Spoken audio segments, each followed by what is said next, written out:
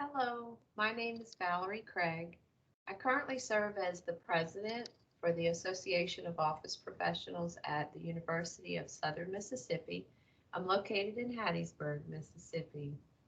And I provided some slides for our recent general meeting in September for inspiration for the members. And I decided to choose the topic of self-care.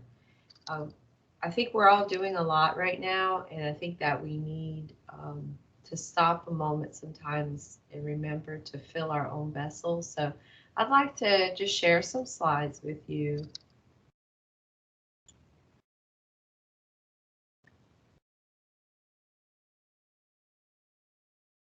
So we know that you cannot serve tea from an empty cup. And when our vessels are empty, we cannot help each other. So we have to replenish ourselves so that we can be of service to others. We have to think about relationships with other people all the time, but our relationship with ourselves sometimes gets neglected. Sometimes we need to think about us. It's not about putting ourselves above others or before others all the time, but it's about putting ourselves um, in a place of priority enough times that we don't become depleted. And I'm not sure we can talk about self-care without talking about self-talk.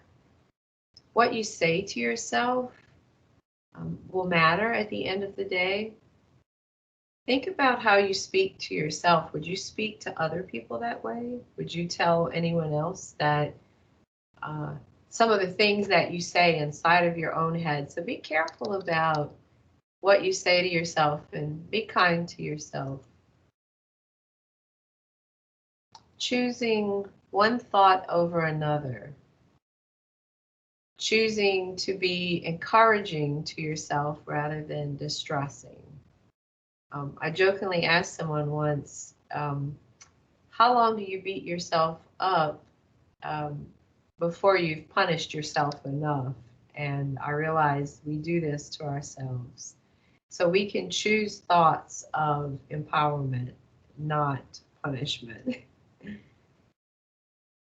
There are times when the things we say to ourselves and the things we think and think about ourselves affects us physically.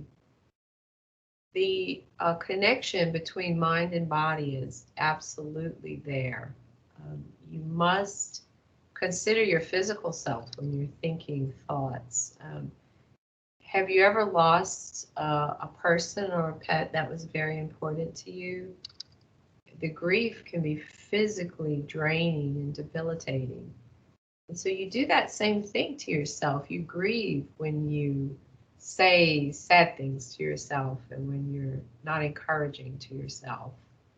So let's not bully our own bodies.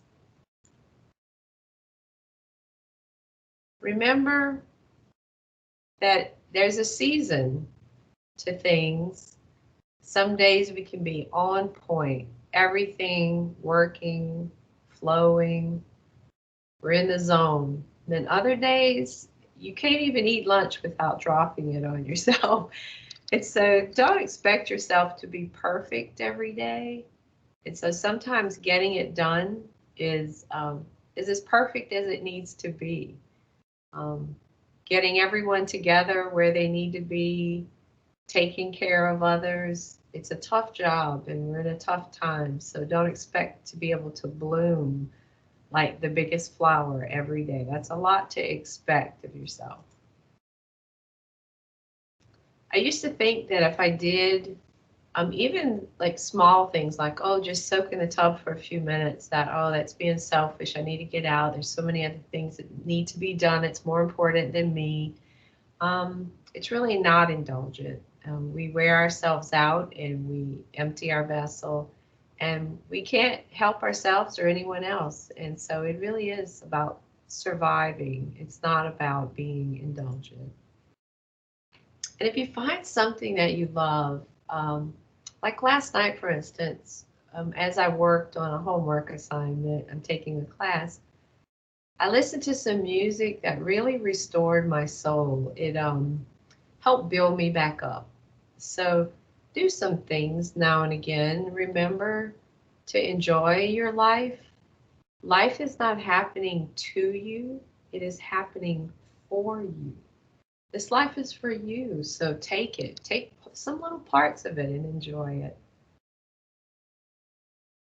But make sure you don't spread yourself so thin that there's nothing left for you. You know, you're doing, and I applaud anyone who is a servant. I believe that's our purpose here, is to serve others.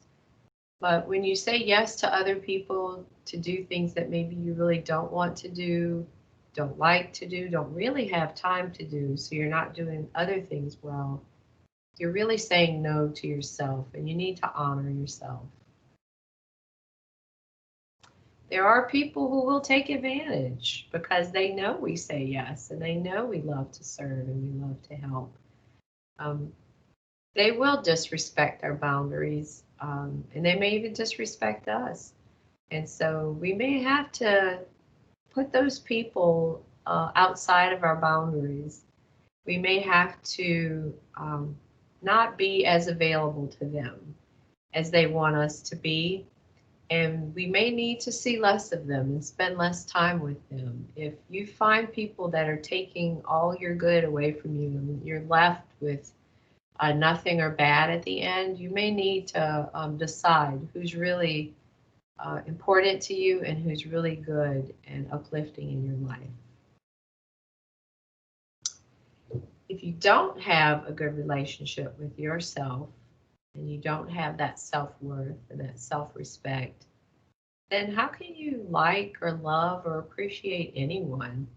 Because they say you see in others what you see in yourself, and you loathe in others what you loathe in yourself. So our relationship needs to be right. And so you need to spend some time sitting with your thoughts, sitting with your own self. And if there are things that are bad or not good, get some help and think through them. You have to feel through things and think through things. Pushing them down and squashing them and ignoring them will not make them go away. It's going to come back somewhere, sometime. So you deal with it on your terms, and you have that relationship with yourself in your time.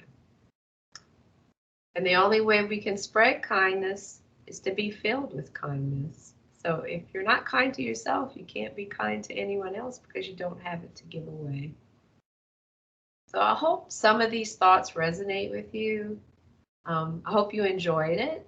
If you have ideas for inspiration on other topics, let me know. I can create a slideshow for our group here, and then I can share them with you at the state or national level. And we all are going through a lot, and I'd like to feel like we can do a little part to help each other. So you have a wonderful day.